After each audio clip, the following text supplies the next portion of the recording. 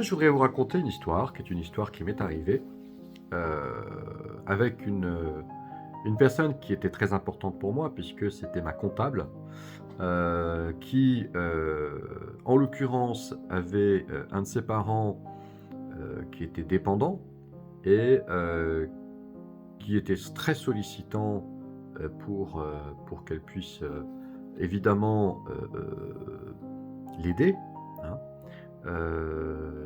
Et puis une fois, je viens à son cabinet et elle me dit: «Bah, Martin, voilà, je vais devoir, fermer le cabinet parce que, mes parents, ont des soucis de santé et je ne sais pas comment faire pour les aider et en même temps faire fonctionner le cabinet. C'est une charge de travail qui est trop importante, j'arrive pas à gérer, donc je vais devoir fermer le cabinet».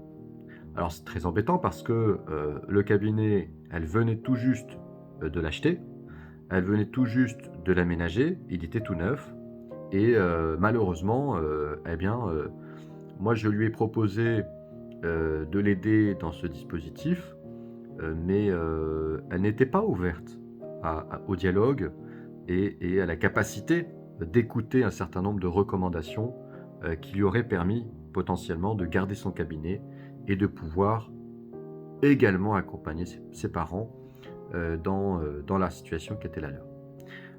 C'est une situation qui m'a un peu marqué, qui m'a quand même, fortement, dérangé puisque automatiquement j'ai dû, changer de cabinet comptable, alors que c'était une comptable très compétente, qui était vraiment, très sympathique.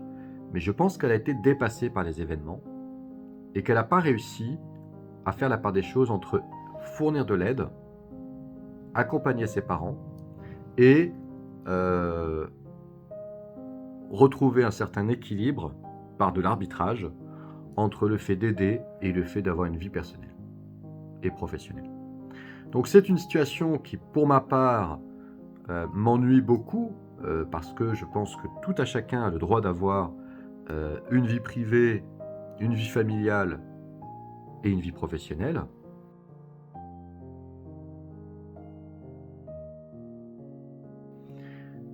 Et donc de par mon expérience, je pense aujourd'hui qu'il est bien de se faire accompagner quand on est aidant. À partir du moment où vous avez un proche, qui commence à être dépendant. Alors qu'est-ce que ça veut dire être dépendant? D'abord, bah, ça veut dire solliciter l'autre, hein, de façon récurrente. Alors la récurrence, je dirais que quand vous avez un proche qui vous téléphone pour vous demander comment ça va et cetera, à raison d'1 ou 2 fois par jour, on n'appelle pas ça de la dépendance et une volonté de sursolliciter, hein. Par contre, à partir du moment où vous avez un proche qui vous téléphone 5, 6, 7, 8 fois par jour, hem, qui à côté de ça vous demande de passer tous les jours, et que in fine, bah, vous êtes en interaction avec ce proche au-delà de 4 heures par jour, ce comprenant les appels téléphoniques, là on est dans une situation où vous êtes aidant proche. Ça veut dire que cette personne ne peut pas vivre sereinement, en toute sécurité, sur le plan physiologique et psychologique, sans avoir une interaction avec vous.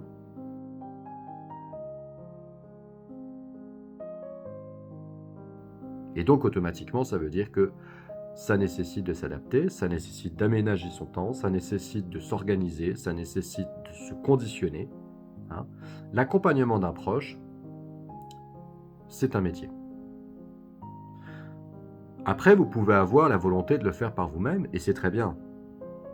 Mais je crois que c'est bien, de pouvoir avoir des paramètres, un certain nombre de recommandations, heu une forme d'organisation spécifique vis-à-vis de votre situation en tant qu'aidant proche pour arriver à répondre de façon efficace aux requêtes qui sont formulées par votre proche et puis surtout aussi pour parvenir à trouver cet équilibre entre vos besoins, les besoins de votre proche et puis votre volonté d'exister à travers votre vie personnelle et votre vie professionnelle. Donc tous ces éléments-là sont des éléments qui sont possibles, hein. Il n'est pas impossible d'être aidant proche. Par contre, ça doit se faire dans des conditions qui sont des conditions raisonnables. D'accord?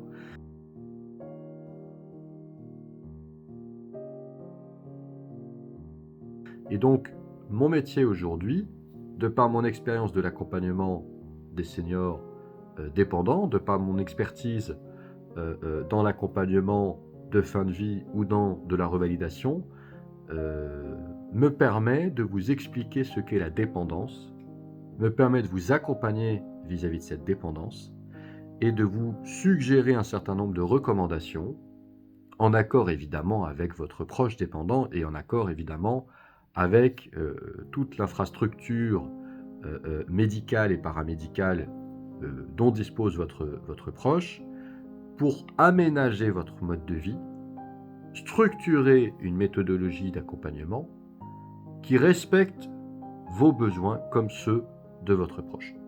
D'accord? Donc si vous êtes dans cette situation, que ce soit en Belgique, que ce soit en Suisse, que ce soit en France, on peut vous aider. D'accord?